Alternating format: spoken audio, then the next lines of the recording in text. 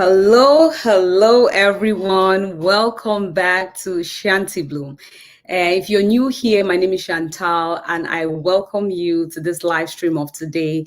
On this channel, I share applicable principles and simple, practical steps that help you to move away from that place of unproductivity, feeling stuck, over to where you bloom and flourish in your everyday life. And to do so, God's way. And I'm so excited about today's live stream because I know it is going to be so useful for you, because we're going to really be sharing a lot of practical things, and we're going to be looking at the challenges that immigrants face, and how to overcome them, how to be able to succeed and to thrive and not just survive. And this is a really big problem. A lot of challenges are faced by immigrants because, when you relocate, moving from one country to another, you are far away from home and you are excited. You're excited about new opportunities, meeting new people, discovering just some new things about yourself. But at the same time, these opportunities, these beautiful things you're looking forward to, they also come with a lot of challenges. And at times it's unfortunate. Some of these challenges have really, weighed some people down to the point where they just, forget about what they actually relocated for in the first place, and those things just drown. And so today I am super excited, that we're going to be looking at these challenges, and we'll share our own experiences with you together with my guest, and she is no other than Carol and Kamga. Hi, sis. Hi, sis. Good to see you, Carol. Good to see I'm so you. excited about this live today, and I don't know, you special. We've talked so many things. Yes. Even way before I started Right. my YouTube channel, we had a lot of conversations and discussions, about purpose. When I Yes. think this was a season, we just had this unrest, like there is more to life than this. And so I Right. just felt that you were really the right person that we could have this conversation, I could have this conversation with, or this topic, because we had taught some of these things and we saw that, there was so much more that we had in us, and there was so much more out there waiting for us that we can't just sit back. Right. Right. So there are a lot of other people here as well, who have relocated, moved from one place to another, facing challenges, wanting to just, move beyond living life by default, to living life by design. And so hopefully Right. today we can be able to look at some of those challenges and give some Yeah. practical solutions and answers to some of those challenges that can be helpful. So for the viewers, who do we say Carol and Kamga is? Well, I mean, first of all, it's an incredible honor to be here, sis. Like you said, we've had these conversations, and I guess this was bound to happen at some point, right? And I told you earlier, this is a hot button topic for me. Like, this is something that I am passionate about. Yeah. Okay, there are certain things that I went through that I've seen, other immigrants go through, and I'm like, if we can just get the word out, early enough for maybe those that are just coming in, or those that are still here but haven't, experienced some of the things that we've experienced. You don't have to learn a lesson, through personal experience. You can look at what somebody else has gone through and you learn from them. So, I mean, like you said, the hope is whatever, the conversation we have here today, it's going to help somebody, ensure that they don't make the same mistakes that we've made, the same mistakes that other immigrants are making. So back to your question, like you said, my name is Caroline Kamga. I am a wife, a mom to 3 adorable little girls. I am a registered nurse, case manager, and I'm a YouTuber as well, and a digital business owner. So, I mean, that's a summarized summary. That's just a summarized summary of who the Carol and Kamga is. Oh, thank you so much for being here. And like you said, Carol and Kamga, she has a passion for this, and as she's saying, this girl, two channels, she's been I know. passionate and bringing some answers and solutions to, she just has passion for immigrants, Yes. information that they should have before, you're faced with a situation, when you're well informed, you are able to make better decisions. Okay, That's right. before we get into our chat of today, I just want to welcome a few guests who are here, our viewers who are here with us. Welcome, Nina Kinafri Creation. You're welcome. Thank you for being here with us today. I see Hadassel Daniel, Juliet Ambali. Yes, thank you, Juliet, for being here with us today. Cynthia Boateng. Thank you so much, Cynthia. I see you. Hello, hello to you too. And Julia says thumbs up. Thank you. Yes, thumbs up. I hope you all are enjoying it. And as much as you're enjoying the live and getting benefit from it, yes, click that thumbs up, get the link and share it so that many others can join us here and get some solutions to the challenges that they are facing as Right. immigrants. As we see, Carol, you'll bear with me that the rate of travel has really increased. People travel from less developed countries to developed countries. People travel to well-developed countries, from one developed country to another developed countries. And what are some of the reasons that you have seen people, travel, or you've known Mhm. people to travel for? Mhm. I mean, I'll start from a personal point of view. Mhm. My main reason for traveling was, how they say greener pastures. There were opportunities that um I knew that America would afford me that, my country of origin did not afford me at that time. Mhm. And I can't speak, necessarily for other people's experiences in my country of origin, but for me at a personal level, that was what motivated me to want to travel. Now I also know that there are people that travel for the sole purpose of, to get an education. There are people that travel for, for a job, just relocation for a job to another country. And then Mhm. there are some people that just travel because they want a different experience. Oh, you yeah. know Maybe in your country of origin or where you live, you've experienced something and you just need um a new location. You need Mhm. to interact with new people. You just need a new experience in life. So like you said, there Mhm. is so many reasons Mhm. why people will uproot themselves from one place to another. Oh, yeah, thank you so much. And for those who don't know, Carol is also a Cameroonian like me. In fact, Yes. Carol and I went to school together, we're in Yes. college together, and we belong to this campus Christian youth um, group, Cameroon Youth eh, for Jesus. That is where woo-hoo. Carol really started training us.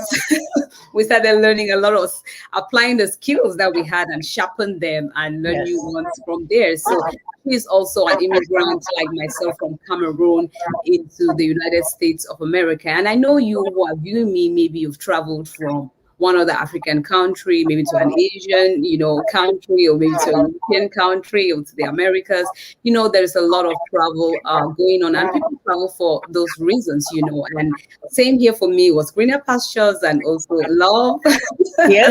I haven't been in A good a old distant love. relationship. And after I got married to my husband, of course, I came over and we settled here in the US. And again, as you and I know, we would experience, challenges. There would be challenges that we're going to face when we come in. What are some of those challenges, or for you, you think that is, we're going to discuss a good number of them, but Yeah. which one do you think is like that key, that first thing, that challenge that people face, and Mhm. what are some of the solutions? How can they tackle some of those challenges, and maybe using even your own experience? Yeah. So for me, the first thing was mindset.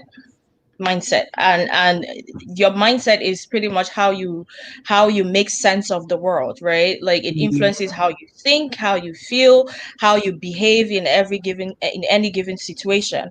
And what informs your mindset is your personal experiences and the experiences of those around you. So, I mean, coming from Cameroon, there are certain things that I had experienced in life that I knew for sure that if I was to succeed in the US, I had to adjust that mindset. You know, First of all, and I'm not speaking for the entire continent of Africa or for the entire Cameroon. I'm speaking from my personal experience here.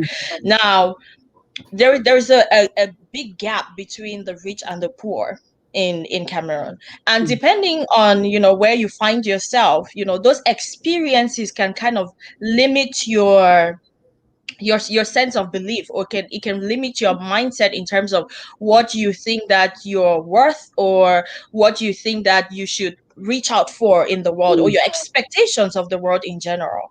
So in our country of origin, in Cameroon, there is certain systemic barriers that a typical Cameroonian will face in terms of career advancement, in terms of their expectations from society, in terms of the things that they reach out for, that a typical American probably will not face, right? So coming here, I had to adjust my mindset in terms of my expectations. What do I feel like what do I believe I can get out of this opportunity? I am in a society where there are not as many systemic barriers, or there's not as many obstacles in terms of what a young person can achieve, what a young person can reach for. So I had to do that, internal work of, letting go of some of those mental barriers and giving myself the permission to dream again. So it's not necessarily about just making ends meet anymore. It's not necessarily about just finding that job that you're going to get a stable salary every month and be able to take care of your family. How about we go beyond that? So for me personally, those were some of those mental changes that I had to do to position me well enough to leverage the opportunities that my present society afforded me. Yeah.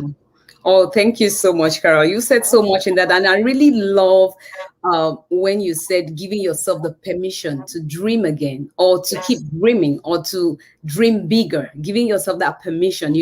It's so beautiful that you brought this as the biggest thing, that mindset, because you will not even see the need to overcome some of those challenges if you do not have a certain dream, you don't have a certain goal. That's right.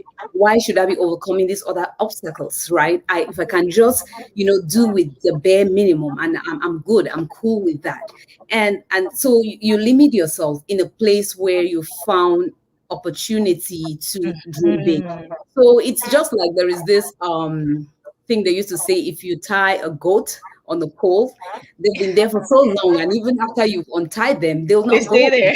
Stay there because they feel like I've been there. So if you come from an underprivileged community, society, country, even when opportunities are before you, you may not see them, you may not even believe that you can take advantage of them, and that I just love that when you said giving yourself the permission. And you also talk about an environment may really not also know your worth, or like you said, it cannot afford you.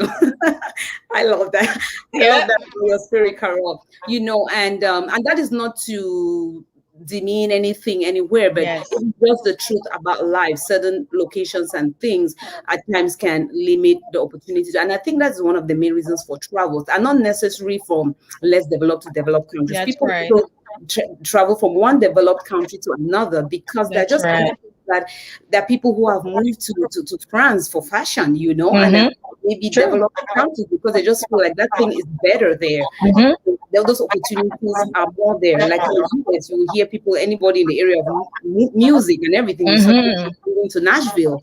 It doesn't mean that they are demeaning where they come from. It's just that certain opportunities in other places and that you want to take advantage of. But if you show up at Nashville and you don't believe that you can also do well in music, then you will not take advantage of those opportunities. I really love the way you tackle that mindset. I will still have one more question for you in that area of mindset, but let us just welcome a few people who have joined us. I see Patrick Fon. Thank you so much. You're watching. Thank you so much. That's my dad. Oh, that's your dad. Papa, welcome. Hi, Daddy. I see Amabel. Oh, Amabel, I'm so glad to have you here. That's my sister-in-law as well. Hi. I see you, Conscience. Thank you Hi, for sis. tuning in. Hi, sis. Thank you so much. Hey, Real Talk with Savvy. Greetings, lovely ladies. Yes, this is another firebrand lady. Hi. Thank you so much for joining us. I appreciate your time.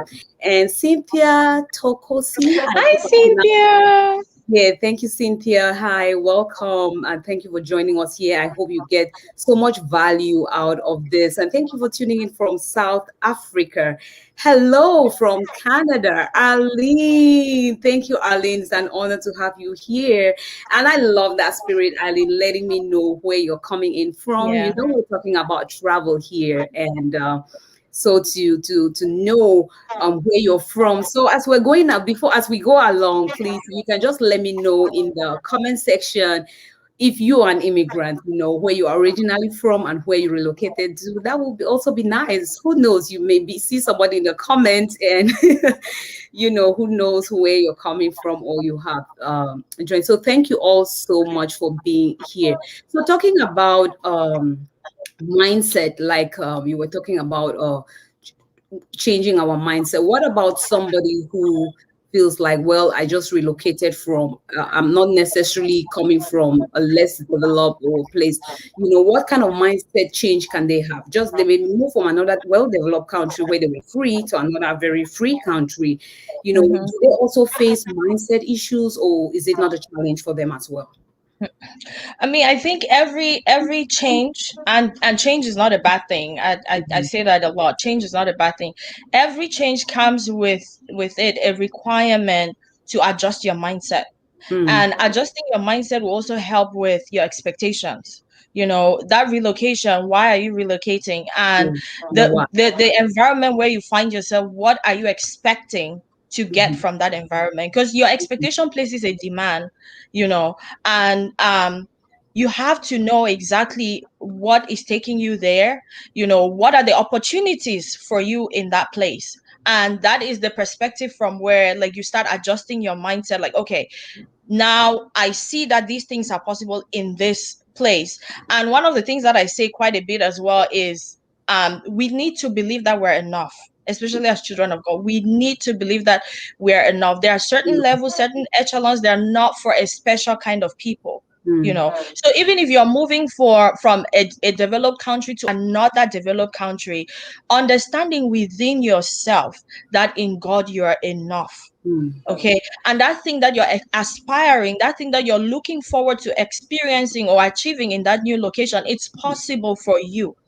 You know, same as it's possible for other people, it's possible for you as well. So I don't know if your prior experiences one way or another made you for 1 second to doubt, you know, your worth, or doubt your value, or doubt, you know, your ability to reach certain levels. Mhm. It's important to adjust that mindset as you move to that new location, because Mhm. that will position you better, you know, to leverage the opportunities that that new environment provides for you.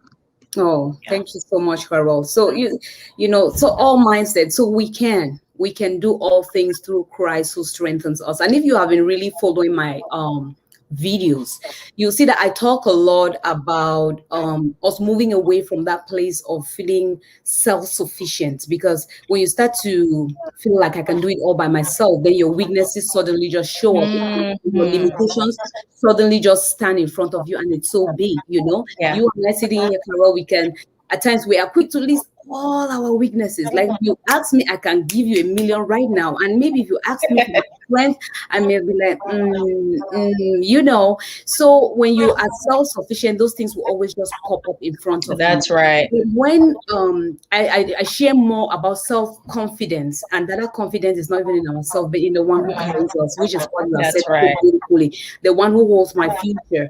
But we are here today because God doesn't drop things down like manna because He holds your future. He gives us wisdom, like He has told That's us. right. He says, "He who lacks wisdom should ask, and I give it generously without Generous. finding fault." I like the way another Bible version puts it. It says that, you know, I will not even blame you or be angry with you for asking.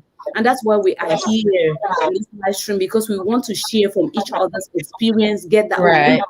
wisdom is what the right application of what we are Of knowledge. hearing. So we acquire knowledge here and how we can apply it, and that will give us wisdom on how to navigate life. And that is how God carries us.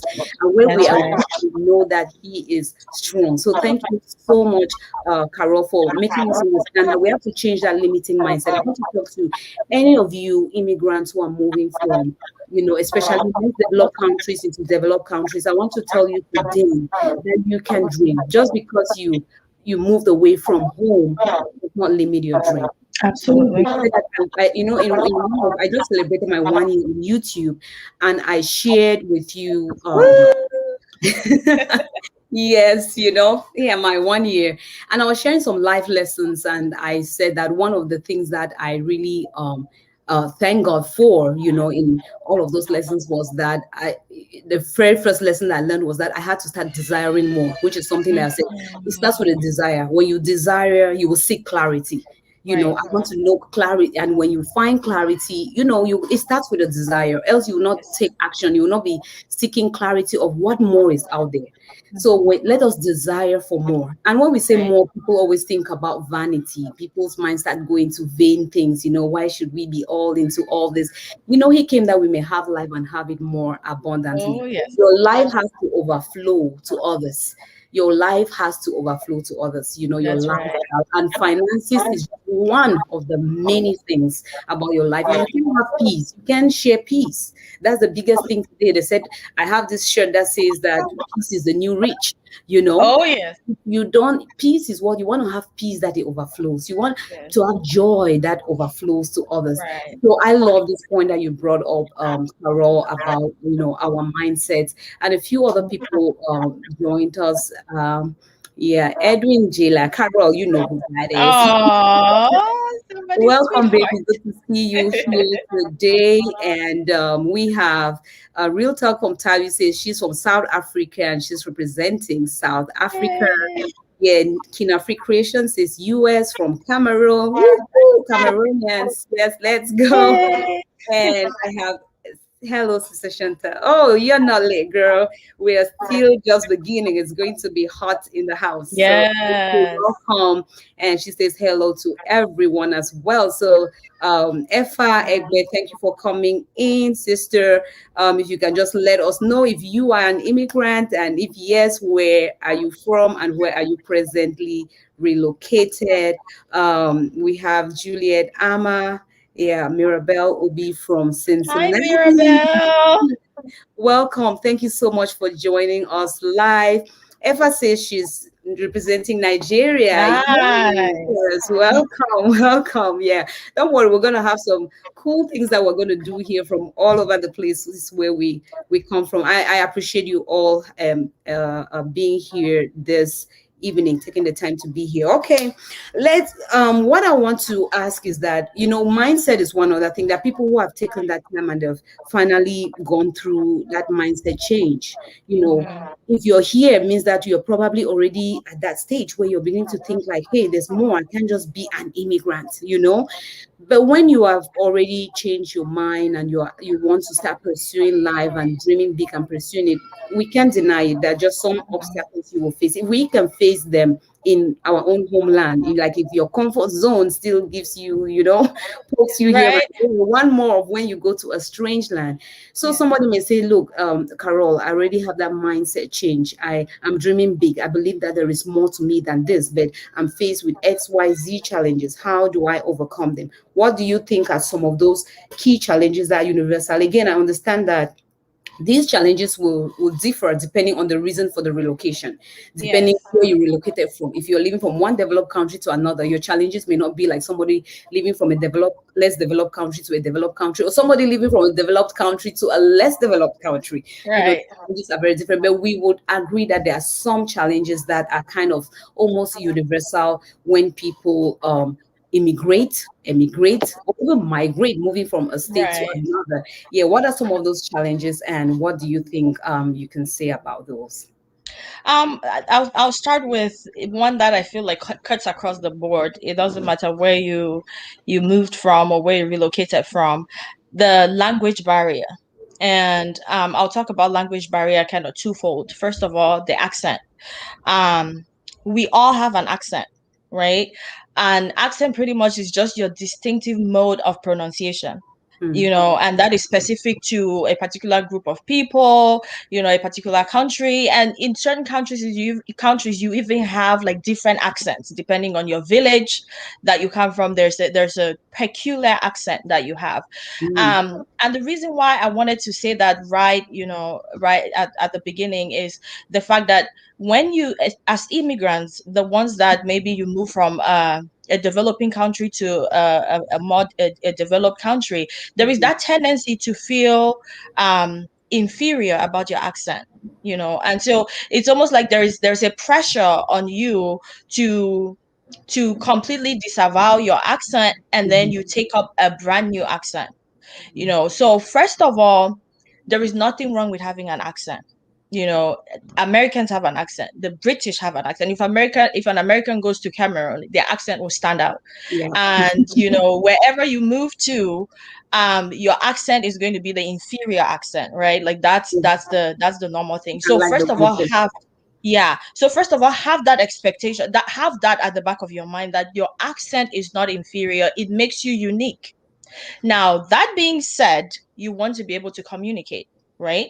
And what is communication? It's, two-way, the transfer of information and receiving information. You want to be able to, you want to your audience to be able to understand you, and you want to be able to understand your audience as well. Yeah. So as an immigrant, that is the premise from which I would say you could, be intentional about making changes, in how you speak. Now, if you're among your own people, if, for example, I'm among Cameroonians, I'm speaking with you, I don't have to, adopt the American accent, or I don't have to, pronounce my words or make a conscious effort to pronounce my words in a certain way. But if I'm in a professional environment and I'm talking to typical Americans, I have to make the conscious effort. Maybe I need to slow my pace. Maybe I need to enunciate in a particular way. Yeah. And it's not just for them, it's for you too.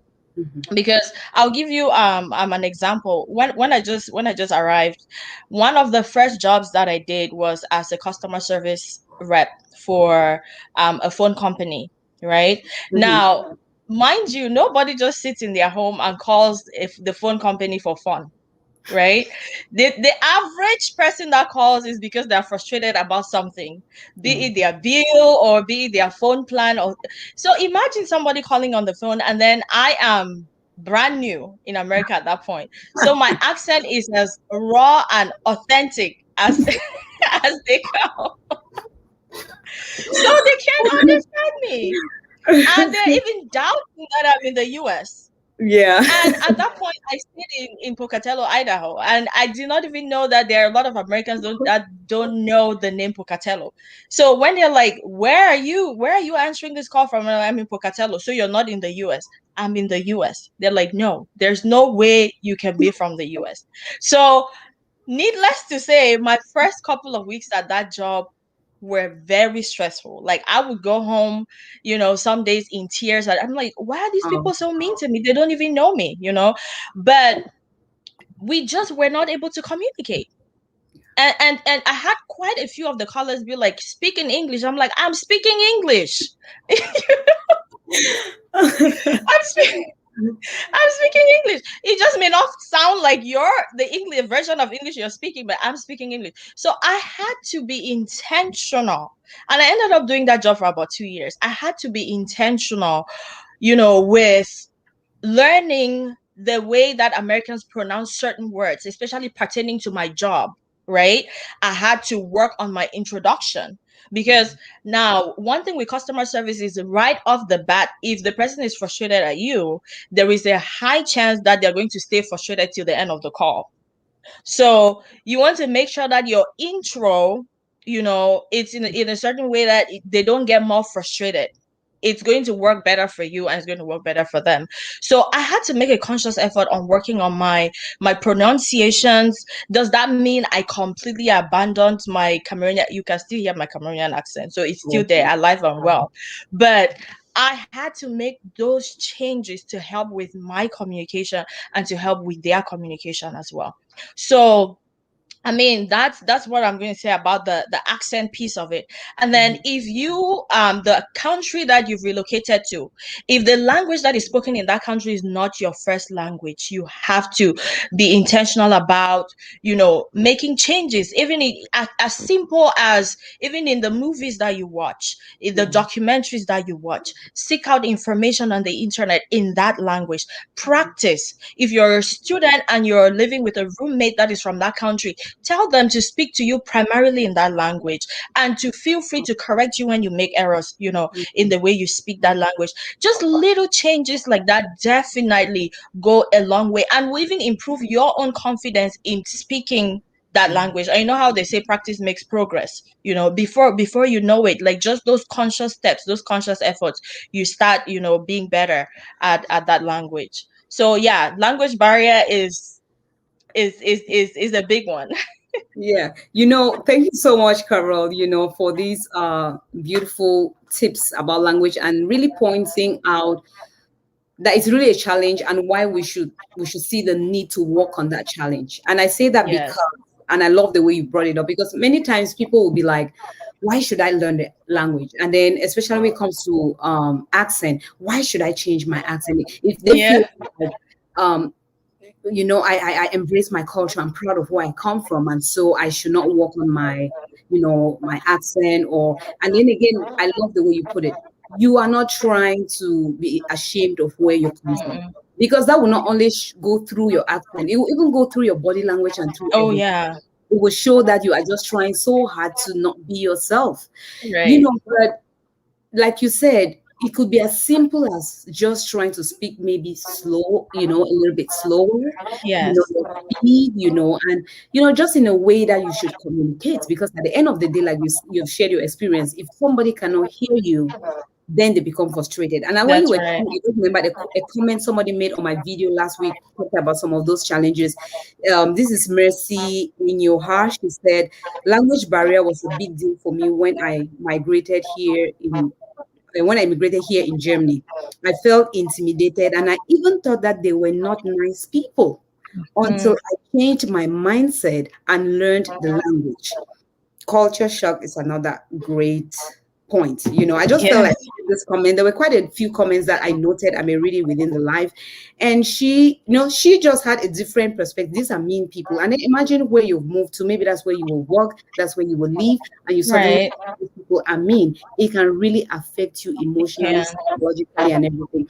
And I will not try to play down the fact that it can be intimidating, making you feel, because again, like you said, there are a lot of people who are ethnocentric, right? Accent itself does not determine how intelligent you are. I've seen No. people speak so eloquently, and when you listen to them or you're around them, I'm sorry to say this way, you feel like there's really not much out there.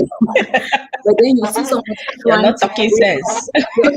It's just a lot waking up and trying to really say what they want to say in that language. They may That's not right. be able, but you can hear sense. Let me share this story. I may not go into a lot of details for privacy sake, but there is this lady that when I communicated with her because of the service I was rendering to her family, she would mostly talk to me through her daughter because of language. And then sometime we got into some conversation and she just went a little bit out of the professional conversation and she was telling me about who she is, some things that she had, the dreams and things that she had to do, and some of the barriers. And it is her daughter explaining it to me. She's saying she's like the translator. I was so overwhelmed by the depth of what I was hearing. And I'm saying, I'm hearing this from a second party. Party. So if I could hear this lady explaining this thing to me directly in a language that we could, communicate and understand each Yeah. other, my perspective of her just changed. This was a Right. smart, intelligent woman with a passion and a dream, but she would come across to you like she knew nothing just because she didn't Right. know how to express herself. And I Right. know people going through this, they feel very little. You see some people at work, they don't speak much because they are not confident on how they would speak. My Right. encouragement to anybody who feels that way is that at times people understand more than you think that they do. It's true That's that they right. have very small-minded people out there who are ethnocentric, which means that what they feel that their culture is superior than yours. And so anything attached to your culture, be it your accent, be it your dressing, your attire, your anything attached to that place, they look at it inferior because they consider that place an inferior culture to theirs. That's But right. a lot of people, the world is so open now, like a little global village, Right. and internet has connected us, people have that open mind to understand, to look beyond that accent, to look beyond that your little difference, and to listen to you and to get what you have to say. So if you also work on that mindset, it will help you so much. You don't need Yes. to struggle to change your accent. You just need to Mm-mm. figure out that how can I first, the language is more important than the accent, Mm-hmm. knowing the language, and then trying to see how can I speak in a way that these people understand. Another thing That's is that right. whether you try to work on accent or not, it will come in a certain way. You and I know, Carol, this is not how we sounded like in Cameroon. I did not Right. sit and practice to sound like this. Like, No. I neither sound American nor Cameroonian. I'm just somewhere In the pronouncing middle. ways. It just, so those are some of the mixtures, some things that come on you, and at times you're just confused. At times I say the same word in the Right. morning, I say it differently in the afternoon, I say it differently in the evening, I pronounce it Depending on your differently. mood. My kids are like, what is going on? Amen. Let me tell you a funny story. My daughter, once I said, go upstairs and get me my sleepers. She's like, Mommy, sleepers? What are sleepers? I'm like, you don't know what sleepers are? Who's going in my sleeper? Mommy, is it a sleeping bag? Is it something you sleep in? I'm like, give me my. Then I had to go get it. I'm like, you don't know what this is? She's like, You know? oh, slippers. Like the Oh, the I, and I was yes. pronouncing it like it was a double E, like to sleep. Right. And then fast forward, they had a play date and we were invited. We had to go to a pool. And I'm asking, okay, kids, I hope everybody has their slippers. And then one of the kids like, what did you say? And my daughter goes, she's talking about slippers. That's how my mom Oh. comes in. For those of you out there, was the I, and I felt offended because I'm like, I Makes a actually big taught you. difference. I told you about I and E. She said, but Mommy, you're Right. teaching me I sounds I and double E is E, but you don't really use How it when did you're you forget? talking. Right. So those are some of the things we would face. And I love the way Carol put it, don't feel shy about it. Get out of your comfort zone, mingle with people who Yes. speak the native language, watch movies in those native language. And like I said in my video, one of the greatest things is even to understand the people, because communication is more about understanding people and not just the words, where you also understand people, even with a few words, in that language, you'll be able to communicate them. If you want some Right. more tips on that, you can check the video of last week. I did put out a few of those things there, and Carol has also given us some really, really beautiful tips here. Yeah, I see people laughing here. Don't laugh. I have so many stories. I can't even begin to tell you all the language barrier story. And honestly, there have been where we had a conversation and later somebody says, and I'm like, when did I say that? And they're like, I lost in translation. they heard something else. I spoke something else, and it can Yeah. really hold you back. So please do not. Everybody has an accent, like Carol said. If you move to Cameroon, you would have an accent. The only thing that makes people feel proud about their accent or inferior is because of those ethnocentrism Ethnocentrism. and all of those um, um, classifications of who is more Yeah. important, who is more, even within the country we live in, we know that, you speak a certain way, you feel they look like, oh, this one is not, and you speak. So those are just challenges we'll face and we can overcome them. Right. So, I see a few other people joined us. Welcome, Speaking Grace TV. Welcome. Good to see you here. Thank you for taking the time to join us here today. We are looking at the challenges that immigrants face and how to overcome them, and we've already looked at, changing our mindset of not just surviving, but we want to thrive, we want to boom, and we want to Right. flourish. And language is one of those first things that and Carol, I don't think it's also wrong if you are moving into a direction. For example, people feel like they're called to be a public speaker, right? It means you may have to take that extra step to maybe even formally study Oh that language. yes, You have that opportunity, you have the time, you have the resources. Take that's advantage right. of it. Something that just popped into my mind now, which I want people to really take serious when it comes to language barrier, is that people have been discriminated upon, not intentionally, or deprived of certain things because, no, let me not say discriminated, taken advantage of because of language barrier.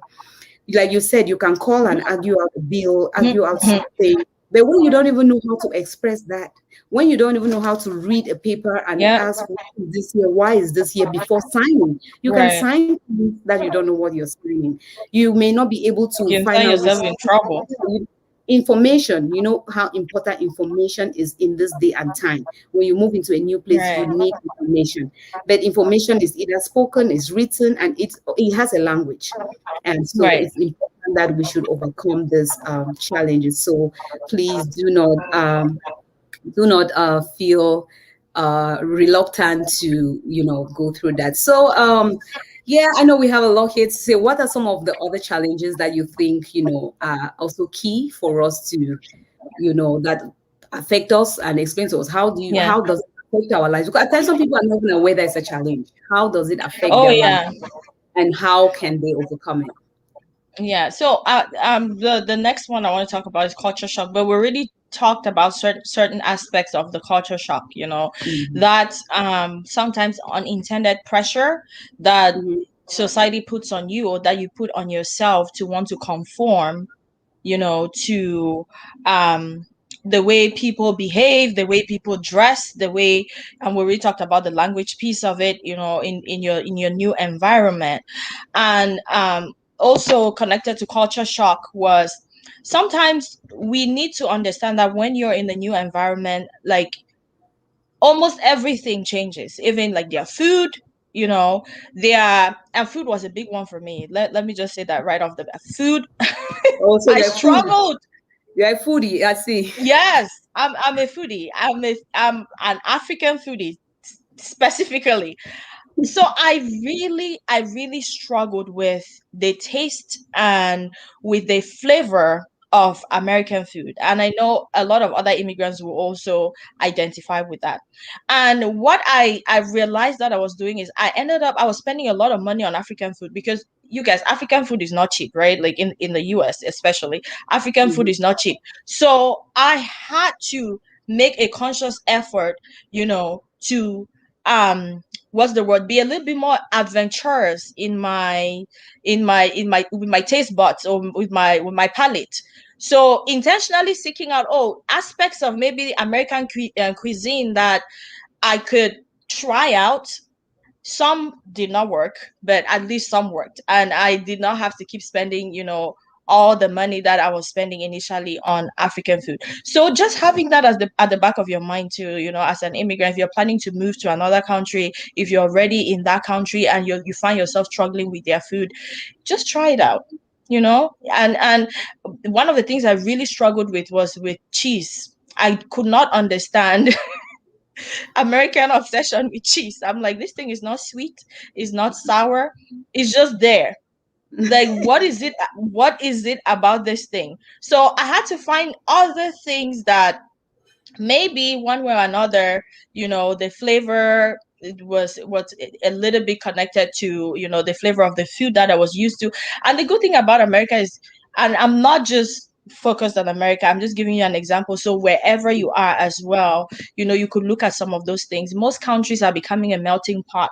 You have, different cultures, different. So one of the things that I've realized is I identify quite a bit with Asian and also, Mexican cuisine, because a lot of their flavors are similar to, the flavors in African food. So just finding out some of those other options that you could incorporate, so the whole idea is not necessarily doing a complete system overhaul, replacing your previous culture with brand new stuff, but just finding those aspects of the new culture that you could incorporate into, what you have in your plate and make it work one way or the other. Yeah. So I mean, that's one of the things I'll talk about. Culture shock. Do not succumb to the pressure I experienced it, you know, if I'm going to be full and transparent here, I experienced it, but do not succumb to that pressure of just completely adapting the brand new culture and then forgetting where you're from or what makes you you, because your culture is also part of your uniqueness, you Yes. know. So just having that at the back of your mind. um that's what I'll say about that. You know, you talk about food, and then I remember some comments that I had on my Facebook, not Shanty Bloom page, my personal page Yeah. about food. This was by Ruth Gong. She said, on familiar meals slash menus at restaurants, right? You know, culture can really make you you get to a restaurant and suddenly somebody can look at you and feel like you've never been to a restaurant before, but just because of the familiarity of the menu. They're like, are you ready? Are you ready? You're still going through the menu back and forth. Give me a minute. Give me a minute. And she also says, we immigrants with our home appetites. We immigrate with our home appetites. That's what she That's said. We right. home appetites, you know. So, you know, it's food is really one of those things that will be a culture shock. And something, let me share my person, something that really helped me. And not everybody has that kind of a palate, right? I did not shy away from trying new things. Yeah. And let me tell you also something. There is nothing wrong in saying, this is new to me. How does it taste? Because Right. I've seen, what helped me was we were somewhere and even an American was trying another dish. And she's like, what is this? I've never done it this way. So I was like, if people can, why do I feel like I can say this is new to me and let me Right. try it and for the person to explain to me what is in that meal? That does not only go with food, any other thing that is outside your culture. Yes. Instead of shying away and feeling like I don't want to ask so that I don't look stupid, because Right. honestly, there's something that can be very common with Cameroonians that if somebody were to come and does not know that, suddenly you're like, how come you don't know this? Um, It's okay. I don't know it because this is not where I'm from. And right. it's not as easy as I said, but as we're saying it, but if you see, the first thing that we talked about was that change of mindset, which is one of the toughest things. Begin to tell yourself, as you're watching me now, wherever you are, tell yourself that you will walk out there without confidence, not Mhm. in pride and arrogance, but without confidence that this is my new home and I want to know about this new home. That is one other Yes. thing that will help you in the area of Yes. culture stuff. You Right. don't want to change your culture, but this is my new home. I want to know it. Adapt. You know, one thing that I did was whenever they had things at church, I always go to the cooking area. I had two things in mind. You know, whenever there are things and women will bring little things together, I went in that area because I want to learn. I want to know, how do you, because you will not only host people from your country. And at times it was overwhelming for me when I started to think like I'm going to host others. I was excited to introduce them to my food, but at the same time, I wanted something on the table just in case you taste my food and you don't like it. I don't want to leave you Right. with my occasion hungry. You should find something that you're familiar You with. can You identify with. also Yes. want to know that I'm not, and you said something that's beautiful. I'm not trying to deny where I come from. It's No. like I'm also trying to accommodate you. If you're accommodating me in your land, in your space, I want to also accommodate you. And that will just really build your confidence, because my friends know that if you come, you're going to try. Actually, I have friends who will tell me, please, I need that. Just recently, I had to make jollof rice, and you would think it's just Yeah. rice, but a colleague of mine was like, I don't know. The COVID has made me. I've just missed my African parties. Please, can you Oh. make some of the love rice for me? I did it with, I gave it my best before I took Right. it. I love it because there are people who are open-minded. They want to embrace other cultures, Yes. And if you also introduce people, you can also help people move out of their, rigidity. If that's a word. I'm correct. Mhm. You can Yeah. help people get out of that. And Right. again, under this, I would say that there are two things. We have assimilation and acculturation, right? Assimilation, where you see people just gradually blend into a new culture and completely forget about where they come from. And then you also have people who want to adapt, like they're keeping both. I'm going to still retain my culture, but I'm going to try to adapt to the new To the culture. new one. And so for me, I think it is just so beautiful that you are able to have those options. And again, like you Mm-hmm. said, look at me. Today I showed up in my Menda wear. So this everybody seeing me and Cameroonian kind of You're knows, pink. yeah, You where this is know. coming from. This is handmade. Right. So it's kind of like acculturation. I'm here, I've learned to dress in a certain way, but I still keep my culture. I love my home That's attire. right. Your root. Another one that troubled me a lot was having my kids call my friends who are even elderly than me by their first name. You know, it Oh just, man. because growing up, everybody elderly than you was an auntie and was an uncle. Yes, an I uncle. remember somewhere somebody was opening their eyes and looking at my kids, calling one of my white friends auntie, and they're like, it didn't add up. You know, but they didn't understand that she's not their auntie, you know. She's the Right. aunt, you know. But so I kind of had to figure out a way to make them, because I also didn't want them out there just calling a stranger anyway auntie, and people are That's looking at me, right. why are you calling me There has to auntie? be a You balance. know, so those are some of the culture shock and imbalances that we kind of Yeah. struggle with. But it is okay to explain to people why you do a certain thing. In Right. another culture, looking at somebody, giving eye contact is disrespect. But in Oh another yeah. culture, like here, you don't give an There's eye lack of contact. confidence. There's no confidence, or you're hiding something, right? You're telling a lie and hiding something, and that's Yeah. why you look at somebody in the face. So it can really be confusing, especially Yeah. for the younger generation, who you when you move with kids that are in that age where they're still trying to find out their identity, it can be very Mm-hmm. confusing for them, coming from somewhere else, That's true. among their peers, and expecting certain things from them. It can really be challenging. So if Mm-hmm. you're watching me and you're a young person, or you're a parent of young people, keep it at the back of your mind that it's something that you have to tread on lightly. You know, cultures are different, and you don't expect your child or your brother or your sister to just switch. Some Right. people find themselves down that part of assimilation where they just gradually forget, especially the young Mm-hmm. kids, they forget Yes. the culture. Some people actually assimilate for wrong reasons, like they Oh feel their yeah. culture is superior, and so they want to dissociate themselves from it. That's not From their very culture. healthy, Mm-mm. but some people do it. I would say that if your younger people are assimilating because they just want to fit in their community and they're gradually forgetting other things, you Mm-hmm. know, that's fine. Take it gently with them. And you, That's as a right. grown up, you want to do acculturation. You may want, there are people who have a different culture altogether when they're home. When the kids are Mm-hmm. home, they just know how we do things at home. But when they're out there, they adapt to the culture where they belong. So I think Right. culture shock, what I can gather that we're seeing here is that people should really kind of Be try open. to be open-minded and give it time, and do not be Yes. ashamed of where you come from No. because you look different. Nobody wants to look different. Whereas as we know, it's a funny thing. We are like, oh, I want to stand out, but at the same time, there's this other standing out that you don't really like.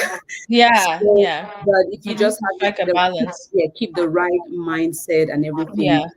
Yeah. all will really go well. So I think that is. Real quick, just to piggyback on one of the things that you said, you mentioned, going to the restaurant and then not recognizing um uh, the menu, the items that were on the menu.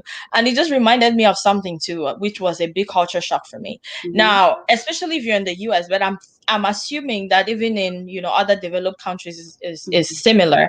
If mhm, somebody invites you out to eat, take your own money.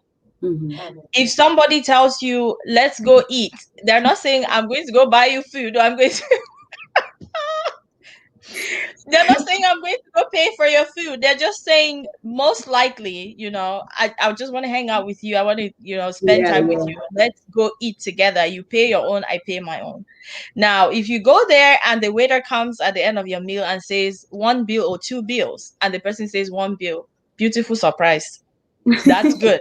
But if they say two bills, just make sure you're ready, right? Like you have enough in your wallet to cover for your own food. Because that was also something that I was like, why would they tell me to come eat then if they just mean that they want to spend time with you? So those are certain things that you just have to keep at the back of your mind, just the whole idea of it's a different environment, different rules apply, different, people look at life and things differently. So just adapt to it, to save yourself, the embarrassment or worry. Yeah. So when you talked about the restaurant, I remember that. I was like, oh, we need to mention that. Yeah, Yeah. I think something that really helped me was that I was very open to ask questions with friends that I was comfortable with. I didn't feel Yeah. ashamed if we were going to do something that I've never done. I was just so open to say, hey, this is not done in my culture. This is my first time doing this. Yes, at times you see that look like, oh my goodness, a girl this age You sure? doing this, but I was like, I rather embarrass myself with you alone, and then I learn something that will That's help me right. in front of many others, right? And so that's That's another right. thing I would say. Do not be afraid to ask questions. You know, it is not your fault. You didn't grow Mm-mm. there. You came there for one purpose, and you're faced with all these things. It would really help with the culture. I like some of the comments I'm getting here. Dr. Bunmi says that thing about calling by the first name is still, I truly found it hard initially. Yes. Usually a very, difficult thing to, move from one culture to another. By the way, welcome so much. Let me welcome a few other people I see here.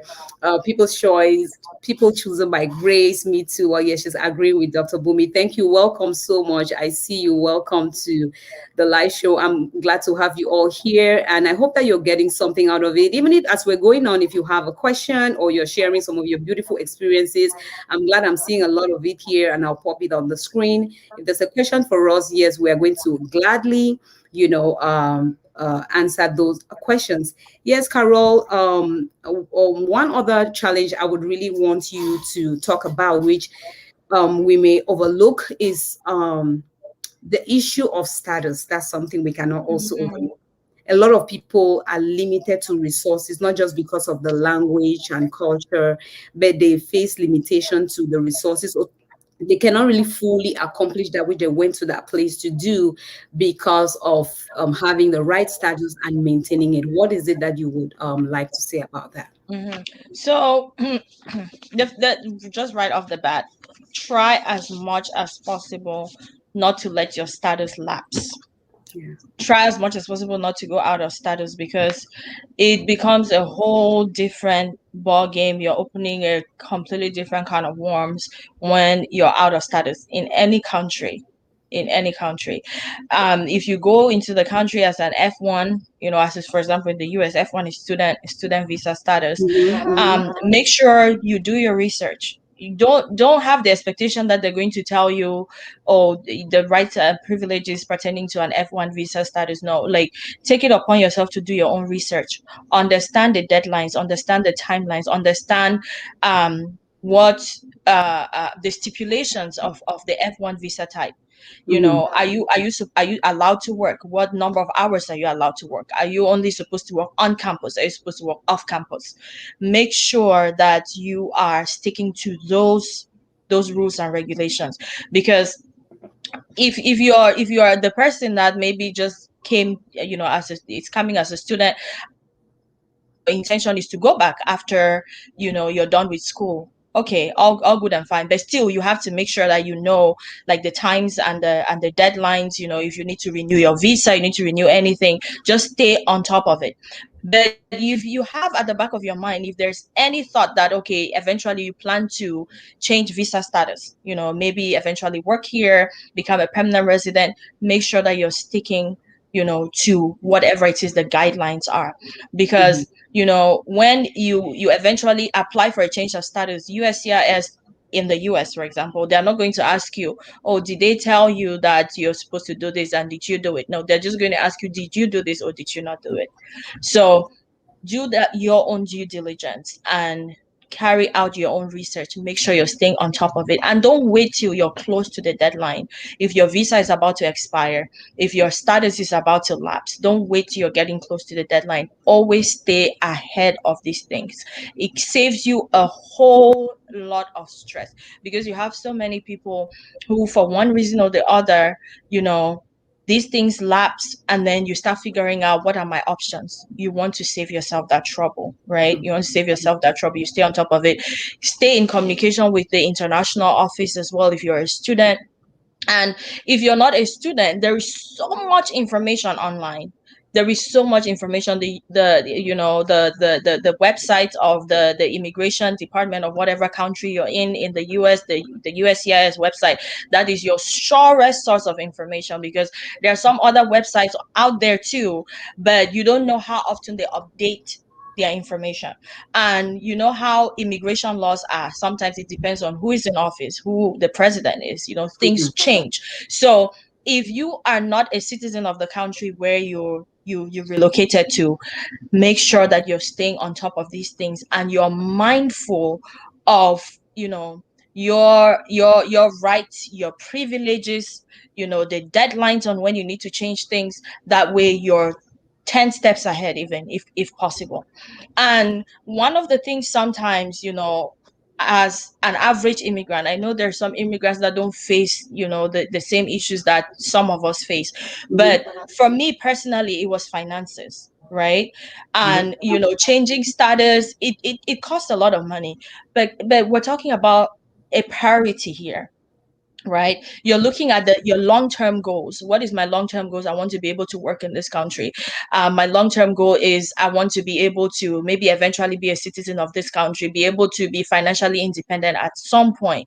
Now, what is going to help with that is making sure that you're in the right status that will permit you to seek a good job and, you know, be able to do that job to get the income that you need to become financially independent. Now, if you're working and you can prioritize the income that you have to put into, for example, changing your status and, you know, paying for it and all whatnot, then you're prioritizing other things which may also be important, you know, because some of the issues we face too is not just supporting ourselves. Sometimes you have to support family back home and all of that, but this should take top priority.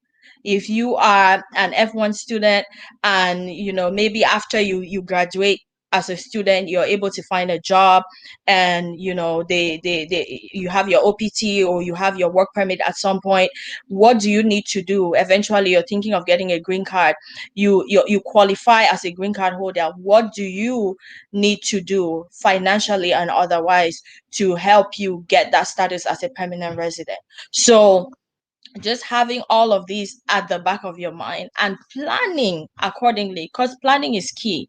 Planning is key. I think there's an issue with the network. It kicked Chantal out, but I think she's going to come back in. But like I said, planning is key. Planning ahead of time and then start saving towards these things, because it's an investment. Having the right immigration status is an investment. You know, you want to be able to sleep at night, you know, not having to worry about. Welcome back. Thank you. Sorry, people. I was like, I think Go she got ahead. Go kicked out. ahead. Yeah, so Yeah. I was just saying that as immigrants, right, sometimes we're pulled in so many different directions in terms of our financial responsibilities. You know, you have to support not only yourself, sometimes you have to support family back home, you know. So but when it comes to your immigration status and making sure that you stay in status, or if you qualify for a status upgrade, you know, it's a worthy investment. You know, save and plan and apply to get that change of status, because it's going to help you if you qualify to apply for a green card, and then for some reason you have other things that, you know, are financial responsibilities, and you keep pushing that forward. You don't know when the laws could change, you don't know when the rules could change. And as Yeah. a green card holder, there are certain opportunities that you have an opportunity to take advantage of, that maybe as if you just had a job permit, a work permit, you do not have access to some of those opportunities. Now, if you're a green card holder as well, when you qualify to apply for citizenship, if that is your cup of tea, because I've heard immigrants that are like, oh no, especially if you're from a country that doesn't allow dual citizenship, some are like, I don't want to take up the American citizenship. But if that's your cup of tea, if that's something that you want to do, do not put it off. Do not put it off, because one of the issues that I've seen a lot of immigrants face is procrastinating some of these things. Mm. You know, oh, Mm. I'm going to do it next year, I'm going to do it, you know, in 2 years. You don't know what is going to happen in 2 years, right? So it's important to stay on top of your immigration stuff, your the requirements, on know what your rights are as an immigrant, because when you don't also know what your rights are, people, you know, Take- consciously or unconsciously can just treat you in any way. And you won't even know how to maybe stand up for yourself or defend yourself, because you don't even know what rights pertain to you, right? And it's the same thing even as a child of God. If you don't know who you are and you don't know whose you are, you can be tossed up back and forth, you know. so it is key to know the rights and privileges that you have depending on what your immigration status is. I think that is so key. And do not let your status lapse. Do not go out of status. Yeah. Okay, thank you, Carol. You know, when you were saying just before I got knocked off, you know, I did something so crazy. I didn't plug in my laptop. Oh. For me, yeah, and I had to be scrambling all over. So, okay, when you were talking about making sure we are in status, you know, the first thing that came to mind is that at times people would tell you that which you have already addressed part of it. People will tell you that the problem is information, lack of information on how to go about it, and then finances also, which will bring us maybe to the challenge of unemployment or employment Yeah. challenges, which I would like you to talk a little bit about it. So please do not shy away from information. Just like Carol said, you know, we need to look for it's what you can. There are just some things you can have it the easy way. You know, Mm-mm. this is immigration we're talking about. This is Yes. people being present in a country. So they obviously have to be strict. It has to take a lot of paperwork and certain things because they want to be sure who is where. And it's also for That's your right. good. You want that somebody should know that I exist and I live here should something happen Right. to me. So it's also for your good and everything. So those information right now, and again, we're saying don't procrastinate. After this live, if that's something you have been putting off, Get start on to it. research, get on it, you know, ask. Don't be afraid or ashamed to ask. Yes. Ask questions. I can't tell you how much I've learned from asking questions. Oh, You yes. want to look at me funny and go after that and say whatever you want to say, that is your business. I have Yeah. gotten an information that is going to help me move forward. Do not be ashamed to ask question. Of course, you're going to be smart and wise about it. You can check out my video on asking for help. I actually have a two-part series of I shared on how to ask for help, you know, things to consider before you even ask for help, you know. Mm-hmm. So it's true, you can't just go asking just anybody anything, but Mm-mm. you know, do ask questions and learn. But then what will you say about somebody who is telling you that finances is a problem? Because I think employment is also another challenge that Mm-hmm. immigrants face. Yeah.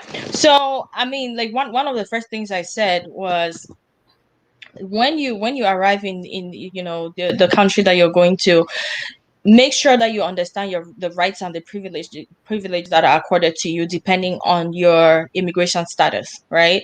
So for Mhm. example, if you're a student, um a lot of countries will permit you to work just a certain number of hours. I know countries like Portugal, they don't have a cap on the number of hours that a student can work. Mhm. But the US, for example, you have a cap. I think you can exceed 20 hours a week, right? So you have to know some of those things, and then you plan accordingly as well. Mhm. Because like you said, finances is key. You have to be able to have the money, to be able to change your immigration status is not cheap. So make sure that you know how many hours are accorded me. If I'm a student, 20 hours a week. Okay, now I need to find a job that I'll be able to work those 20 hours, and I need to find accommodation where maybe I won't need to spend all of the money that I'm making from that job. That way I can also save. I can save for some of these things. Eventually, I want to change my status. I can be able to save. And I think you and I were having the conversation earlier. As a student, you don't have to live alone in an apartment complex if you Yeah. cannot afford it. As a student, the rule of thumb should be live below your means, and if push comes to shove, live within your means. Um, I would first of all say live below your means, and then you save the balance, because there's going to be need for those, finances, especially after you graduate and you're thinking of getting into the job market and things like that. So find somebody whose values align with yours, and split that rent, and at the end of the day, Yeah. you save up whatever the balance is, and prioritize, because you will not be legally permitted to stay in a particular country if you're out of status. Being out of status makes you an illegal immigrant, and that opens a completely different kind of worms that, if you can avoid it, avoid it. Of course, there's extenuating circumstances, right? Like, people find themselves in situations where they really want to change their status, they really want, but it's just not possible maybe for Yeah. them. But what we're talking about, the case here where you can do something about it early on. Yeah. So make sure that you're saving, make sure that you're prioritizing, and then there's something Dr. Miles Monroe says. He says if you aim at nothing, you have 100% chance of hitting it every time. What is your vision? What are your goals? Even as a student, or if you came in with a green card, what are your goals? Do you eventually want to become a permanent resident? Do you eventually want to become a citizen? Do you eventually want to? So you plan. When you have that vision and you have those goals, you're able to plan way ahead of time for some of these things that come up. So when it's time for you to change your status, it's not a brand new thing that you're confronting. It's not a brand new situation that you're confronting. You already have, the prerequisites. We talk about prerequisites, right? You've already taken care of the prerequisites, and the financial aspect of it is also one of the prerequisites. So when it comes to that time, you're ready. So how do you become ready financially and otherwise? You plan, you do your research, you prioritize it. Do not try to live a life that you cannot afford. Do not try to keep up with the Joneses. Do not try to keep up with, other immigrants that maybe came before you or maybe came with you and are making bad choices, or can actually afford a certain lifestyle that you cannot afford. Stay on your lane. Have your vision, have your plans, and take those steps that you need to take to get to where you want to get to. Yeah. Oh, thank you so much, Carol. This is really deep and this is rich. When you were talking, I was just, really thinking about an illustration that I gave during my last video. I said, if you go book a room in a hotel, you will not think that I should go downstairs and start planting flowers. It's not really for a day or two. But the moment you have a property or you own a home, suddenly you are thinking long term. I recently planted shrubs, those shrubs will really take a long time to grow and be the full thing I want to see. But I know I'm going to be there to see it, right? God helping. That is the same thing you're talking about. You have to know, what is your plan? Do you plan to just finish school for 2 years and go back to your country? Do you plan that when I finish school, I'm going to stay, like Carola said? I don't want to repeat everything she has said. The point I'm making here is that your mindset, what you think, or what you, or if you don't ask yourself those questions, you will not plan appropriately. You will not know if I should really be planting a shrub, or should I just plant a flower that will bloom and I see it for a month because I'll not be here anymore. That is what is hindering a lot of also people who migrate. For a time, they never really ask themselves, what do I want? How do I want to see myself a year, 2, 3 from now? And again, like we talk about mindset, your mindset will never change for the better if you keep company of people who are not thinking big. I shared on my video about having the different levels of friendships. Have people who are far ahead of you to challenge you. Have people who are at the same level so you can be peers, you can be accountable to each other, give feedback to one another, encourage one another, relate because they're where you are. Have people who are also beneath you. Again, I said beneath, not in value. No human is beneath another, but just maybe in experience or in finances or whatever, so that you can pour onto others, because you are not here just to grab and grab and grab. Maturity for me is when you start seeing the need to give more than you receive. So you have to build friendships at all of those levels, so that you. So right now, as you're watching me, if you're an immigrant, what is your plan? Or where do you see yourself? You have to ask some of those questions. Then you will suddenly feel this need. Like if it is studies for you, you will start to research. You will just see yourself researching. You will just see yourself picking up. Let me tell you, that's why sometimes people just land on YouTube and like, I don't know what to watch. They turn the TV. I don't know what to watch. I don't know what book to read. When you have a vision in a season, you pick that YouTube, you will know what you're searching. You go to Google. It puts a demand on you. It puts a demand on you, and it gives your life some direction. So please, this will really help you if you're watching right now and you're in that space where you're like, it is scary when you're thinking about clarity, because it's like, it's something you are not yet seeing, but try to see and find that clarity. He will just put that, demand on you, like Carol puts it, and you will start to see. Just last week, I found myself researching certain things because that was what was on my heart and on my mind. I need that information. I need to get it. Until Yeah. I had a certain vision, a dream, a goal, I did not have see that need or Mm-mm. that push or that desire to go searching for those things. But it doesn't mean that the information is not there. It has been there all It's there. along. I just did not see the need to go access it. If you have a Yes. phone, I keep telling people, if you have a phone, only a phone, you have Oh, access to yes. a lot of things. A lot of things. So start to Yes. research. This student for you, is it business?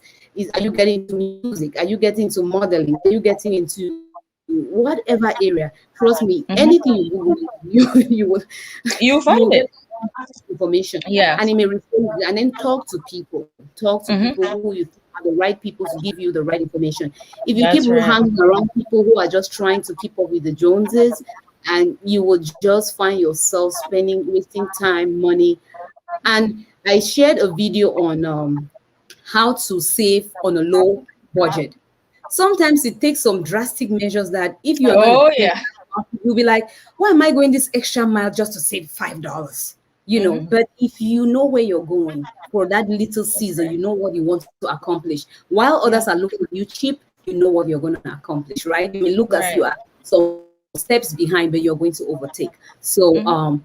thank you so much for that. And because it's really a Yeah. challenge. Now, just talking Yeah. about employment, Carol, before that, I would like to just welcome a few other people who have joined. And please, if I skip your name, I just know that probably I didn't see. I see Chitu Derry. She says Shanti live stream. Yes, girl. I call her Miss Funny Bones. Yes, I'm live streaming. Welcome. Thank you for being here with us. I see you waiting for the Lord. Thank you so much for tuning in and being with us here on this live. Thank you all so much for all the comments, the response. I'm seeing you guys following along and sharing your own opinions and everything. I appreciate you all being here this afternoon. So back to you, Carol. Like I said, employment. We come from another country, and like, let me start with myself. I remember traveling from Cameroon to America. I already had my bachelor's degree in nursing. I felt like I was Mm-hmm. just going to walk in, go for my interview, and start working the next day. It didn't work that way. Rude awakening. It didn't work that way. I go into this country, they're like, hey girl, we need to know whether you really, really studied nursing. We need to Yep. find out if you know it. I had to prove myself. And there are people I know. Well, I happen to have gone to an Anglo-Saxon university that is recognized internationally. And so the process was a little bit easier for me. But there are some people who have probably schooled in places that are private, is not recognized internationally. And when they come, their credentials are not recognized, or they have to Mm-hmm. change careers all over. What do you say to encourage people like that, and what can they do? Okay, so I mean, it all goes back to research, right? Research. Get even before leaving your country of origin. I think um it's key. Like when I have maybe family members or friends that are about to relocate to another country, that's one of the first things I tell them. Start thinking about what you want to do. Start thinking about the career that you want to, that you want to get into, and then start doing research. Google this information, find out, like in your case, you had your BSN in Cameroon. What do I need to do to be able to practice as a nurse in the US? So start doing that research and get all of the information that you get. That way when you arrive, you hit the ground running. And if you were like me and you did not do the research, like, you remember I told you guys earlier, a lot of what I'm talking about is maybe from personal experience, things that I had to learn the lesson the hard way. And then I also, of course, do not want other immigrants to have to go through the same things that I went through. But we cannot overemphasize the importance of doing your due diligence and researching. And then when you arrive, talk to people. Talk to people. And when you talk to people, that sometimes could be a slippery slope as well. Do not limit your options to their options, right? Yeah. You're talking to people is just to gather information. That's still part of your research, right? Talk to other immigrants, talk to friends and family, but do not limit your options to their experiences. Okay. Now, After you've gotten the information that you need to get, then you can get to work, but you cannot be able to apply, or you cannot be able to take steps that you need to take to get you to where you want to get to if you don't have the information. So get the information and from the right sources, and then you prayerfully make the decision that you want to make. Now, one thing that I want to say, especially in the US, nursing is not the only career that Thank pays you. well, or that has job security. My people, please. There is so many other options out there. Do not limit yourself. And it comes down to like the whole mindset thing as well. It's, you don't just have to be a nurse. If And you even come to within the the US, nursing, there are many options there are that have so not been. many options. There is so many options, and that's why, like, a lot of the times I don't just say I'm a nurse. I say I'm a registered nurse case manager, because nursing is an umbrella that covers so many different niches. You find where you're comfortable with, okay? But as an immigrant, you have a plethora of different options that you can also explore. Mhm. Now IT is really big as well, DBA, systems administrator. There's so many options. Just do your research and then prayerfully decide on the path that you want to follow. But again, do not limit it, because you know how um a lot of the people that I spoke to, and who talked to me about their experiences and things like that, people can be very opinionated sometimes. Like, they present some of these options to you kind of like matter of fact, like this is what you're supposed to do. So in my case, for example, I took 1 whole year and I do not regret it. I took 1 whole year to do my research and to make the decision on whether or not I wanted to, go ahead. Because you're going to face certain obstacles. You're going to face certain obstacles on the journey to whatever career path you choose. And if you were not well grounded in your decision, if that decision was not grounded by enough research and maybe prayer and everything, you can fall by the wayside very Yeah. easily. Very, I promise you, I would not have successfully gone through nursing school if I believe if I didn't really take out time, to pray and then take out time to do my research, knowing for sure that nursing was what I wanted to do. So take your time and do your due diligence. Don't let anybody rush you, but I'm also saying that you should take years before, but take your time and then make sure that whatever it is that you're getting into is what you actually want to do. And if you get into it and you figure out it's not working, you can change. It's okay. Thank you. It's okay. You can change. You can switch careers. You can switch cities. You can switch states. It's okay if it's not working for you. And I know one thing that we struggle with a lot as immigrants is when you go to a certain place and then you establish relationships, and you become grounded in that place, you settle, you have friends that have become like family. It's difficult. But guys, your vision, your goals, it's okay to move. It's okay to relocate. It's okay to switch careers if you find that the one that you're in is not working for you, and you've done enough research, you've done enough prayer to see that, okay, there's more of a chance, of you succeeding in the other one than in the one that you're currently pursuing. Yeah. Oh my God, Karen, you're really sharing some real rich stuff with us here and real things that we face. At times, people think that clarity is a one-time thing. So because and at times it's also because of the way we present what we have finally, or what we're doing. Yes. When you make it sound like God stepped down from heaven and stood before you and said it was this thing, and so you Like, feel like it's not working for you. You're like, yeah. how do I tell people that God has changed his mind? Right. We are immortal beings, and Right. sorry, we are mortal, and at times we're limited.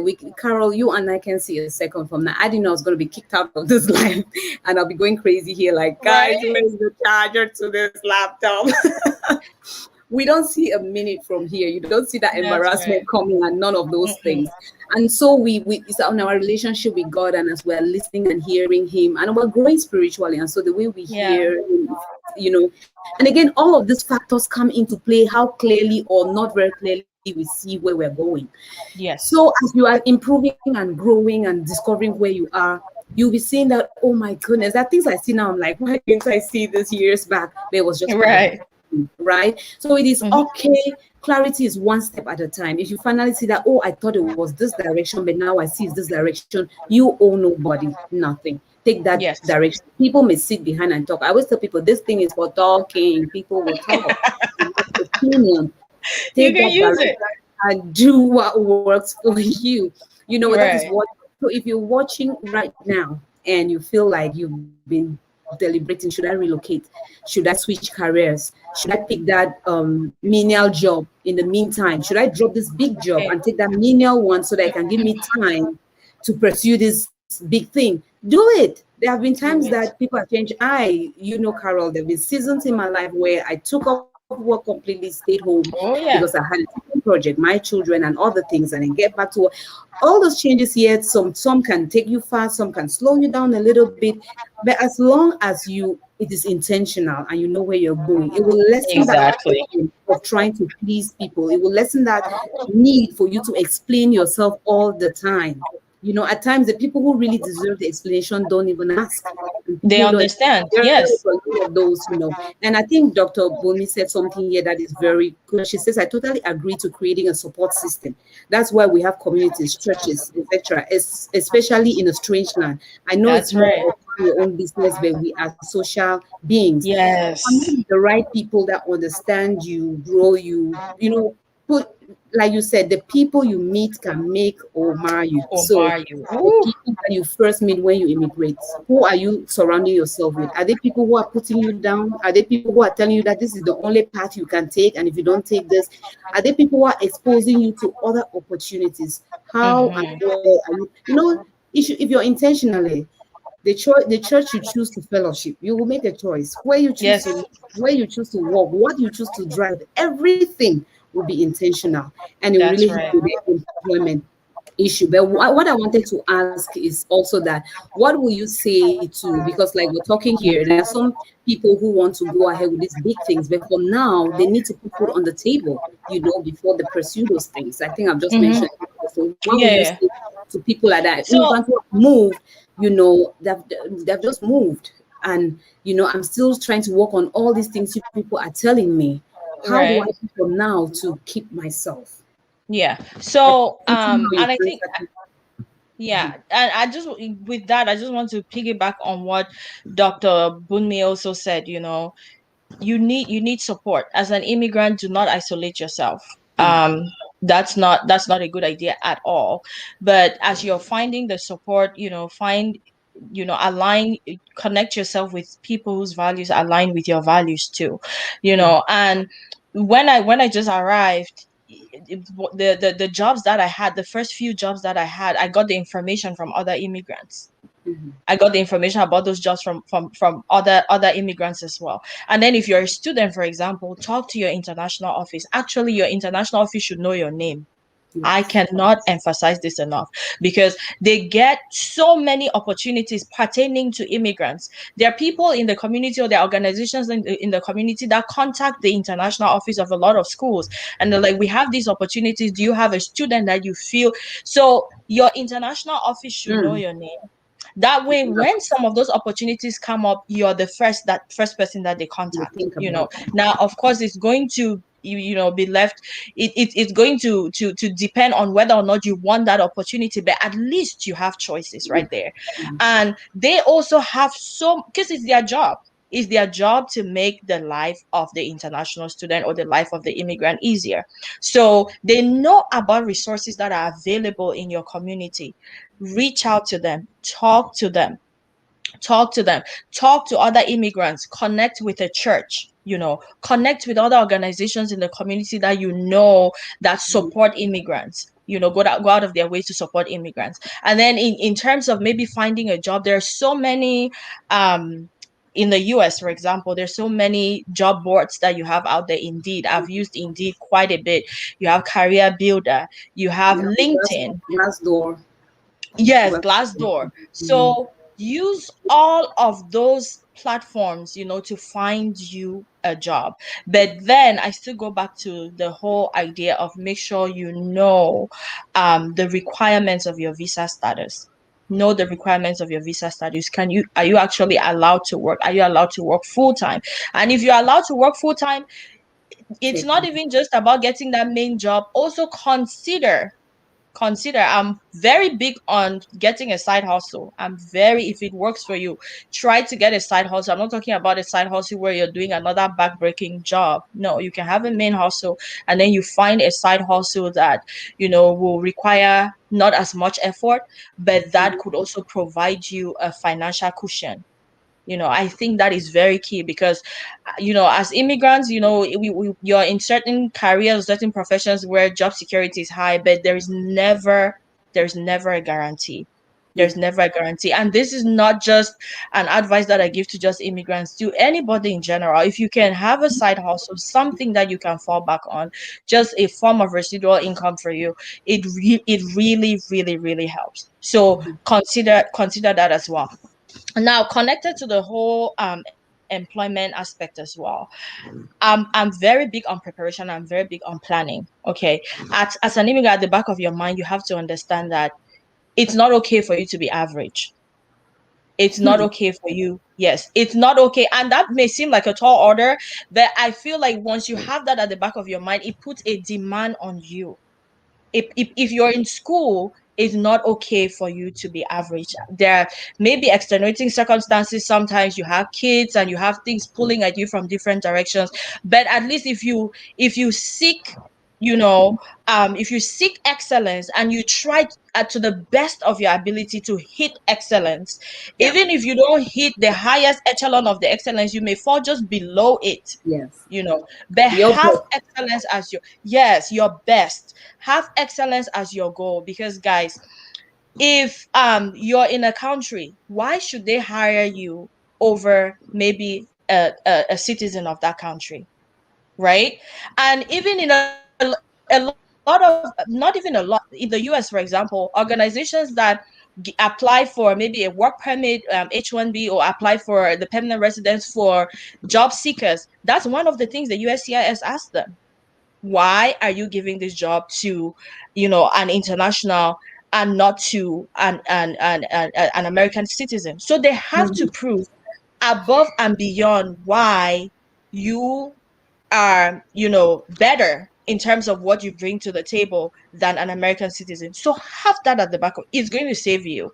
It's Mhm. going to save you a lot of stress. It's going to open doors for you that otherwise Mhm. may not have been When open you- if your package cannot be average.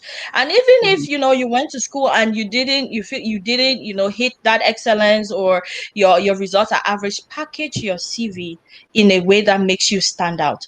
Mhm. Play up your uniqueness, right?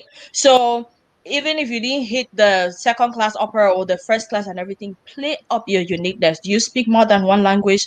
Put it in that CV. Do you have experience in volunteering? Put it in that CV. Do you have experience working with people that are diverse from other cultures? Are you culturally competent? Put it in that CV. And when they call you up for an interview, one of the key things to remember is the fact that they already think that you're a good candidate for that position, otherwise they won't call you, right? Mhm. Because I feel like sometimes as immigrants, we have at the, oh, they're doing us a favor, and all of that. No, your CV, it was already appealing enough to them, and the fact that they're calling you Yeah. up for that interview is because they feel that you're a good candidate for that position. All you need to do, your only job, is to prove them right. Yes. Your only job is to prove them right. So when you're going to that interview, make sure you've done your research. Do your research on the company, do your research on the job, do what is expected of you. Because even if you're a registered nurse, there's different units, right? In a hospital, for example, if you're a home care nurse, so there's different things that pertain to different jobs, even under the same career title. Mhm. Make sure you're doing your research. Do your research on the company. Do your research on why are you a good enough candidate, and play up your uniqueness as well. Those things will go a long way. And then one other thing in terms of employment, do not be scared to negotiate. Do not be scared to negotiate. If they give you an offer, and that's why when you asked me to talk about, the difficulties and the challenges, the first thing I talked about was the mindset. You have to understand that in God you're enough. In God you're a full package. You're an overflowing package in God. So Amen. even when you're presenting yourself for a job interview and all of that, have that at the back of your mind. This company will be blessed to have me. Yeah. This company will, and you're not just coming as Chantal. I'm not just coming as Caroline. I am coming with the Lord that lives on the inside of Amen. me. So this Amen. environment is blessed to even have me. You understand? And this is not pride. This is, and sometimes I don't even say confidence. I say Godfidence. This is Yeah. Godfidence. I love that Understanding, term. yes, I love that understanding term. who I am and understanding whose I am. So when Wow. if they give you that offer and you feel for whatever reason that they are lowballing you, do your research. When I say do your research, I'm not talking about, blank, just be asking something that is not realistic. No. What are other people in that same area getting for that same position with maybe the same level of experience that you have? If you feel like what they're giving you is lower, negotiate. Worst case scenario, what could happen? They'll say no, right? They won't say no and they take back the offer. They will say no, and then you all revert back to the original offer, and then now it's left on you to accept the original offer, or move on to bigger and better things. So know who you are, know what is in your package, know what is in your package, and then do your research. And there are opportunities out there. There Yeah. are. Yeah. Oh my Yeah. God, Carol, thank you so much. Before we conclude, you have just said some things that are just so. I mean, I like what Edwin says here. That's so true, Carol. Your uniqueness would be the key. And with this Yes. comment, I have a little story to tell you. With this one saying, just being bilingual could send your CV from top to bottom. We're talking That's about right. women, and we're saying that you should not feel too big for little things. While I just told you people about. I already have my BSN and I'm trying to just Yes. have them recognize it. But in the meantime, I felt like, I don't just want to sit around. I want to look for something. But even though I had this job with this school and I knew that was not where I want to end, I still made sure that I excelled there. And like you said, look at if you're watching me now and you're in any country, right? Before you're trying to just find either you're already finding employment in your passion or what you want to do, or it's just a Yeah. side thing, to bring some income, still be excellent at it. Look in that community and find out that what is it something that they lack that I have. Look, Mm-hmm. anybody listening to me now, friends or family, if I tell them that I was paid to teach French, they will laugh because they'll be like, Chantal, you French, because my French is not that good.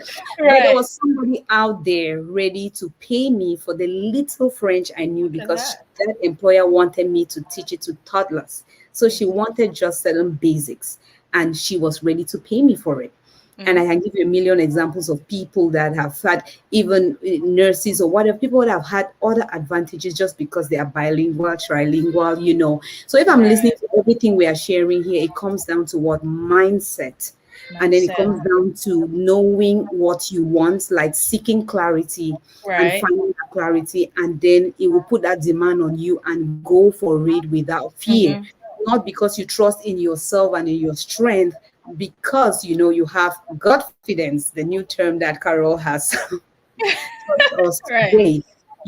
So please do not feel if you're watching me today, you migrated from a less developed place to a much more developed country where things are a little bit more sophisticated or culture is different, or you relocated from a developed country to another thing to pursue something, another passion in life, or you just wanted change, or even for love. Like I'm saying, people have moved because they wanted to go get married, or they had a Mm-hmm. relationship with somebody else from a different country, and so they want to relocate, and suddenly they feel like, okay, you've achieved that one thing, but if that's going to be your home and you've made that mindset, this is my home, how do I go from there? you know, Right. your mindset, have a vision, seek clarity, have a vision, have goals, and then get out there and get it. You are able to. And Yes. do not feel too big for little things, please. Why? Because there are people who are like, no, no, no, I can't do this one, I can't do that one. They're feeling ashamed, especially with immigrants from Yes. disadvantaged place. Suddenly they feel like, I don't want people to know that I'm in this developed country and this is what I'm doing. You know, that Who call when cares? they give you that paycheck at the end of the day, what you do is not written on that money. When I go to That's right. wait, let me see your dollar. What's written on it? Is it you know, What color? right? And again, like I'm saying, you're not just settling for less, but you know that this is a transition. This is something I'm You're on doing a journey. because I have Yeah. a bigger picture. Who are you surrounding yourself with as an immigrant? What kind of pressures are they putting on you? Are they putting a pressure on you to succeed or pressure on you to impress, and remain, keeping up with Joneses, but never really being one? I don't Hmm. want to tell you. I actually, you want to be one, not just trying to pretend that you are one. So I think that this is really so enriching. This is a conversation that we can go for hours and hours. Oh yeah. Honestly, you and I have like million of stories about this thing. But Yes. like we said, I faced that challenge of mindset, and I had to change my thinking, and I had to know that Yes. what, it's not just for me to come here, sit, have my happy home, and try to get just enough and everything. I knew I had to think big. I knew I had to work on language. I knew I had to. For me, I go for acculturation. I adapt to the new culture, but I love my. Just yesterday, I was talking to some family members. I think there was some African music, and I was like, "Oh my God, we got some good beats here." I love my African music, and I was just like, "Oh, Yeah. this is beautiful." And I want to keep part of me, and I also want to adapt to where I am, also That's respecting right. that culture and everything. Because if we must come to a place, we have to understand that. I try to get out of my comfort zone, mingle with people, learn. I've had some really, really embarrassing moments that even years after, when I think about it, I still You cringe. too Like, cringe. my gosh, I did this or said this or acted this way, but it has Yeah. been a growth process. I'm just encouraging you Experience. not to feel down. And when it comes to employment and housing, let me tell you, there have been times that with my family, we chose to get together, support each other because of what? There was a bigger picture. We wanted to go to school. We That's knew what right. we wanted to accomplish. And it was for That's a right. time being, and during that season, we still learned a lot. We helped each other. We learned what sacrifice was. We learned how we shared privacy. We learned so many things together. Yes. And we shared information. When one person had an issue, we all got on it and tried to see how we could figure it out. You need a support system, Hmm. and again, I am happy. I hope that I'm part of your support system, even as I share these tips on Shanty Bloom. Thank you, Carol, for being part Yeah. of the support system. You're Thank you welcome. all also who watch and share comments in the comment section and everything. You are supporting with information in one way or the other. So those things have really been helpful. I want to just ask you, Carol, any last words you have for the viewers that are going to, some other time we're going to get more. I really plan to take each of these challenges one at a time and dig deep into it. Yeah. Kind of just touch on them and brushed on a few things, but we would like to go a little bit deeper. So, but Yeah. before we get into that, what are some of the last words you would like to leave with our viewers here today? I mean, I think the main thing is just to make sure you have a vision wherever you're going to or wherever you're relocated to. Make sure you have a vision, have goals. Okay, break those down, make them actionable, and then reach for them. Reach for them, reach for them, reach for the support that you need, from your community, from your people, from your church. The same thing you said. Do not isolate yourself. Do not isolate yourself. Let your vision, let your values, let your goals, let those be the Value. main things that guide you. Let those be the main Mhm. things that guide you on the choices that you make, on the decisions that you make, on the people that you associate with, on how you spend your time. Because when you have a vision, when you have a goal, it puts a demand on you. It puts a demand on you. There are certain things that maybe in the past you indulged in or that you did, but when you have a vision and you have specific goals, it puts a demand on your time. And make sure that it's not everybody that you're sharing your vision to. It's not everybody that maybe sounds interested or acts interested in what Oh you're yeah. doing that Oh actually yeah. should Oh should be yeah. allowed to hear, because some people, their opinions and their comments will assassinate your vision. I was watching Dr. Cindy Trim the other day, and she said it so perfectly well. She said, your vision can be assassinated at point blank range by ignorance. Now, if you're Mm-hmm. sharing your vision or your goals to somebody, and of course they're ignorant of where you're coming from in some cases, and their comments sometimes, because you're already opening up to them, whether you realize it or not, could have an effect on whether you eventually succeed in achieving. So make sure you're protecting your baby, especially in those early stages. If it's not at the point where you need to start sharing it or need to start talking about it, then don't. You can find maybe one or two people that you really trust and that you really honor their role in your life, or you value their wisdom. There are some people, especially in certain areas, where you're like, oh, this person could even be like a mentor to me.